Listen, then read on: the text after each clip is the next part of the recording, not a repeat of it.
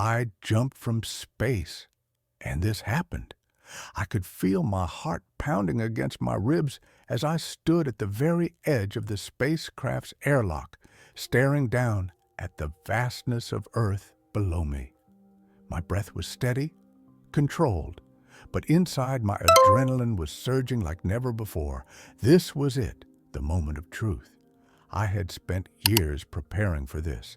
Months of intense training, simulations, and contingency planning had led me to this singular moment.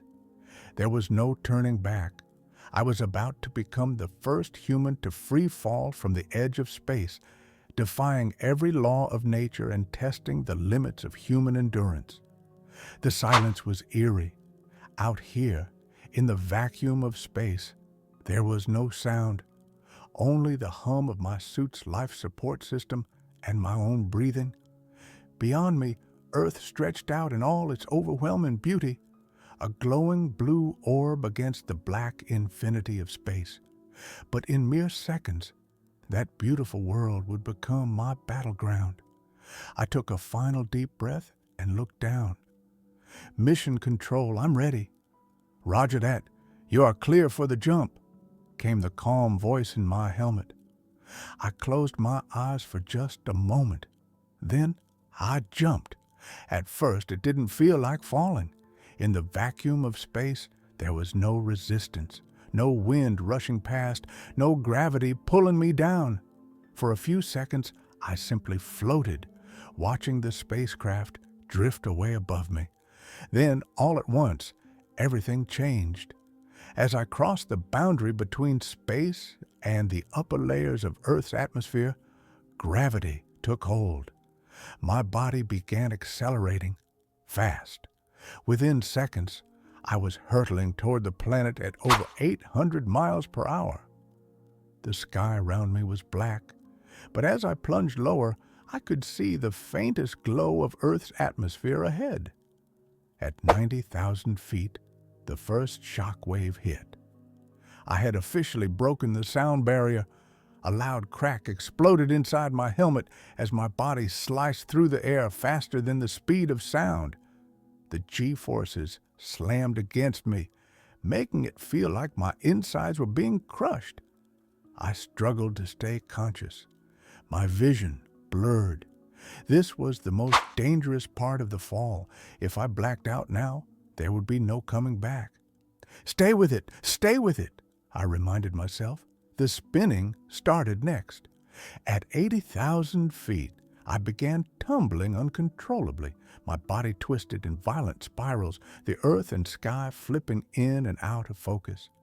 If I couldn't stabilize soon, the forces could tear my limbs from their sockets. Desperately, I activated the micro-thrusters in my suit, small jets of compressed gas designed for mid-air adjustments. I fired one, then another, trying to counter the deadly spin. For agonizing seconds, nothing seemed to work. My brain screamed for oxygen, my vision darkened, then suddenly, stability. The spin stopped. I was back in control, but the danger was far from over. At 60,000 feet, I could feel the heat building. The friction from my rapid descent had started igniting the particles in the atmosphere around me. My suit was designed to withstand over 3,000 degrees Fahrenheit, but I could still feel the temperature climbing. Orange and red flames licked the edges of my visor. My body felt like it was inside a furnace.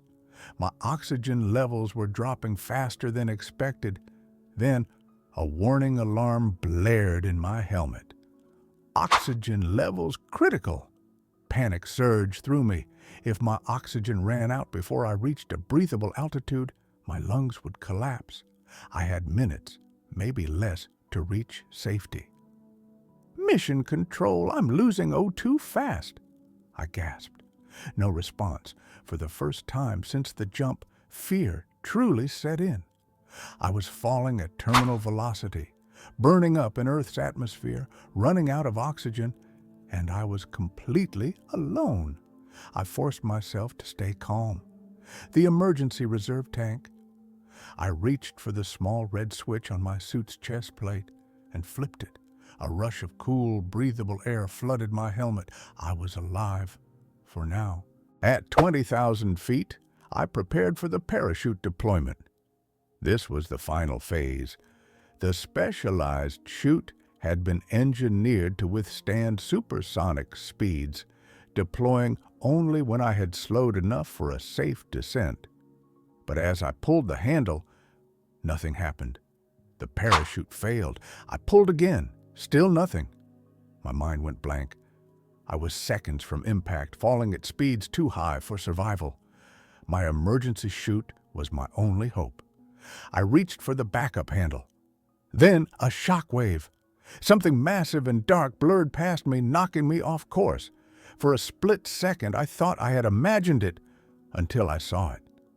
A massive triangular object was hovering in the clouds directly beneath me. It wasn't an aircraft. It wasn't anything I recognized. It was something else. A low humming sound vibrated through my bones. I felt a strange force, like an invisible hand, slowing my descent. My body was no longer free-falling. I was floating. Then, as quickly as it had appeared, the object vanished, blinking out of existence like it had never been there. I crashed into the ground moments later, rolling through the dirt, gasping for air. I had survived, but what had just happened?